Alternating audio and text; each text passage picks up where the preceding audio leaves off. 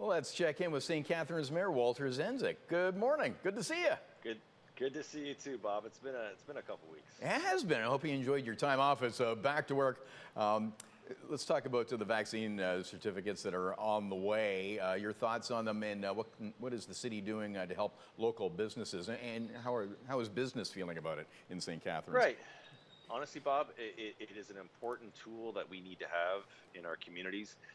We need people to be vaccinated, and when we look at sort of people going into other spaces, whether it be workspaces or things like our Meridian Center, First Ontario Performing Arts Center, we want to make sure that that vaccine certificate is there. It's about protecting the most people possible in our community. And so the key here, Bob, is our vaccination rates continue to go up. They're going up not as quickly as they did previously, as a lot of people have been vaccinated, but there's that vaccine hesitancy that we really got to get over, because ultimately kids under the age of 12 and those with medical exemptions, they can't be vaccinated right now. So when we look at that, our job is to protect them as well. And so we want to continue to push our numbers up, get those people who are hesitant about the vaccine, give them the confidence to get it. And then I'm hoping the vaccine certificates will be able to encourage those people who may be on the fence to say, yeah, I got to get done, because I want to get to the gym, I want to get to the restaurant, I want to get to the Meridian Center. Those are the reasons why people should be also getting the vaccine now. Now, the owners of the aforementioned establishments, have they raised concerns about implementing all of this? All the checks? Really, their concern is twofold. One is, how is it going to roll out? They want to know. They don't want to be the ultimate ones responsible for, building the infrastructure, which is, we're not going to see that. It's a provincially driven infrastructure that's going to be created. Really, the key is they don't want to go back into a lockdown position. They don't want to get to a position where they have to close their doors or greatly reduce their capacity. So they're saying, for us, this is a good initiative, as long as it keeps our doors open and keeps as many people coming into our establishments as possible, because most of them can't afford to go through another lockdown type or restriction, if you will, on people being able to go into their establishments. And same here at the City of St. Catharines through our facilities, whether it be the Parks and Rec facilities or the Meridian Center, First Ontario, we need those to be open, and the people who are vaccinated should be able to come in, enjoy the entertainment, and really feel comfortable in doing it. Speaking of business, you've got a new program for small business startups. It's called Starter Company Plus. Yeah, it's been around for a while. It's modified, but it's really about getting sort of kickstarting, if you will, the entrepreneurship. And prior to COVID-19, there was a lot of people who were interested in starting their own business, and this program was a way to give them the tools to do it.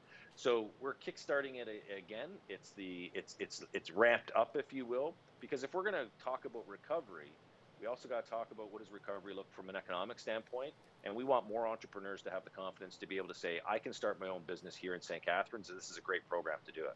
Okay. Hey, before your vacation, your team, St. Catharines, was represented at the Association of Municipalities. What were some of the highlights from that, and what are the priorities for you?